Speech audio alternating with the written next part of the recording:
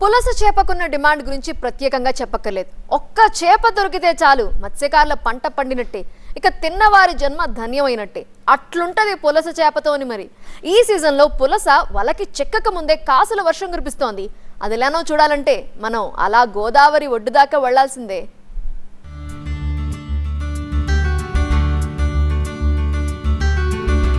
పుస్తలమ్మైనా సరే పులస తినాలి అనేది నానుడి.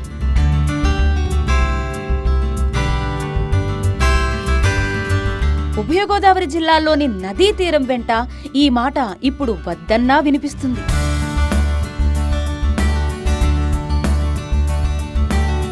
గోదావరి నదిలో దొరికే అరుదైన అతి ఖరీదైన చేప పులస. అందుకే దానికంత డిమాండ్. వేల రూపాయలు ఖర్చు చేసి మరీ పులస రుచి చూడాలనుకుంటారు మాంసాహారులు.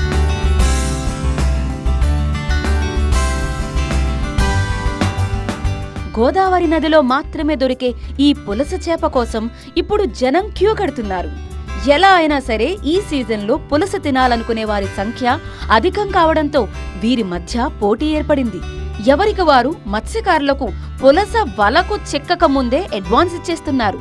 రేట్ ఎంతైనా పర్లేదు, పులస చిక్కితే మాత్రం తమకే ఇవ్వాలంటూ అడిగినంత సొమ్ము ముందుగానే ఇచ్చేస్తున్నారు. ఇన్ని రకాల చేపలుండగా ఈ ఒక్క పులస చేపకే ఎందుకింత డిమాండ్? అయినా పట్టుకుందామని మేము పోరాడతాం, కష్టపడతాం.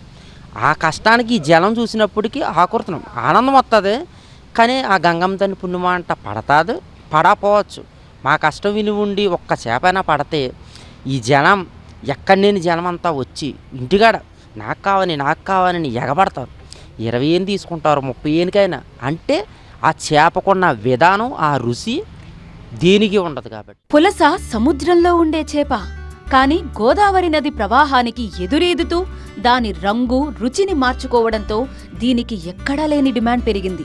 సహజంగా గోదావరి నదికి జూన్ నుంచి ఆగస్టు మాసాల్లో ఎగువన కురిసిన వర్షాల కారణంగా వరదలొస్తాయి. గోదావరి వరద నీరు అంతర్వేది దగ్గర సముద్రంలో కలుస్తుంది. అయితే సముద్రంలో ఉండే ఈ పులస చేపలు గుడ్లు పెట్టి తమ సంతానోత్పత్తి కోసం గోదావరి నదీ ప్రవాహానికి ఎదురీదుతూ ధవళేశ్వరం బ్యారేజ్ వరకు వస్తాయి. అలా వచ్చిన పులస చేపలు మత్స్యకారుల వలలకు చిక్కి మార్కెట్కు చేరుకుంటాయి. ఇప్పుడు ఎక్కడో చేపలు మనకు అన్నప్పుడు దొరికి చేపలు కాదండి, సంవత్సరానికి ఒకసారి ఒక 3 నెలలు 4 నెలలు మనకి పడతాయండి. మనకి ఇప్పుడు ఇది ఆస్ట్రేలియాలో పుట్టి మనకి వేసవకాలం అంతా సముద్రం అంతా ఈదుకొచ్చి ఈ గోదావరి నది ఆ ఇల్లుకి ఎక్కితే ఈ చేప నిజంగా అరుదైన చేప అంటారు. పులస అంటే అరుదైన పులస. అసలు ఇది చూడాలన్నా కొంతమంది నోసిపుచ్చుకోవాలి, కొంతమంది చూద్దామన్నా చూడలేదంత విధానం ఉంటుంది.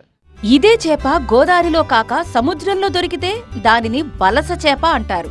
హుగ్లీ నదిలో కూడా ఈ చేప దొరుకుతుంది. దీన్ని అక్కడి వాళ్లు హిల్సా అని పిలుస్తారు. హిల్సా ఇలీషా అనే శాస్త్రీయ నామం గల ఆరోహక వలస జాతికి చెందిన పులసల్ని సముద్రంలో ఉన్నప్పుడు విలసలు అని పిలుస్తారట. సంతానోత్పత్తి కోసం ఆస్ట్రేలియా, న్యూజిలాండ్, టాంజానియా వంటి సుదూర ప్రాంతాల నుంచి ఖండాల్ని దాటుతూ హిందూ మహాసముద్రం మీదుగా ప్రయాణించి పులసలు బంగాళాఖాతంలో ప్రవేశిస్తాయి. ఎర్రనీరు తగులుతుంతో, తెల్ల నీరులో ఉండటంతో, ఎర్రనీరు వత్తంతో, ఆ నీరు తాగుతుంతో కూడా చేప అది రంగు మారిపోయి ఎర్రనీరు పడుతుంతో దానికి ఎక్కడ లేని వలస వచ్చి దానికి అంత డిమ్మిటు ఈ 3 నెలలే ఎర్రనీరు తగులుతుందో అంత డిమ్మిటు ఉంటుంది. పులస చేపలు అతి వేగంగా ఈదుతాయి.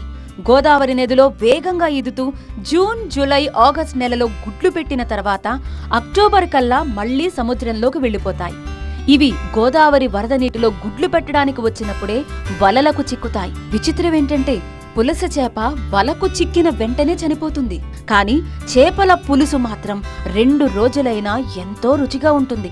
సముద్రంలో ఉన్నప్పుడు ఉప్పు నీటి కారణంగా ఒక్కసారి గోదావరి తీపి నీరు తగలగానే వాటి రంగు మారిపోతుంది. అంతేకాక వాటి రుచి కూడా మారిపోతుందని మత్స్యకారులు చెప్తున్నారు.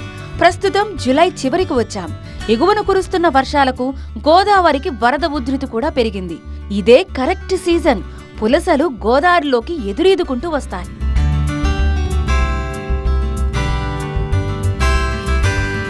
ఇటీవల యలమంచిలి మండలం వైవీలంక సమీప ప్రాంతంలో వశిష్ఠ గోదావరిలో 1.5 కిలోల పులస చేప వలకు చిక్కింది.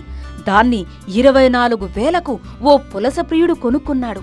పులసకున్న డిమాండ్ అది. మరి భీమవరం ప్రాంతానికి చెందిన కొందరు పులస ప్రియులు పెనుగొండ, సిద్ధాంతం, యలమంచిలి మండలాలకు చెందిన మత్స్యకారులకు ముందుగానే 5,000 రూపాయల వరకు అడ్వాన్స్ ఇచ్చేసినట్టు చెప్తున్నారు.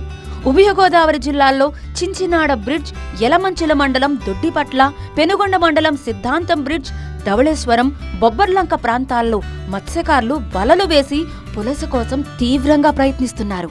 ఇప్పుడు మేమే అడ్వాన్స్గా డబ్బులు ఇచ్చి మేము అప్పుడే 15 రోజులు అవుతుందండి అలాగ అడ్వాన్స్ కొట్టి.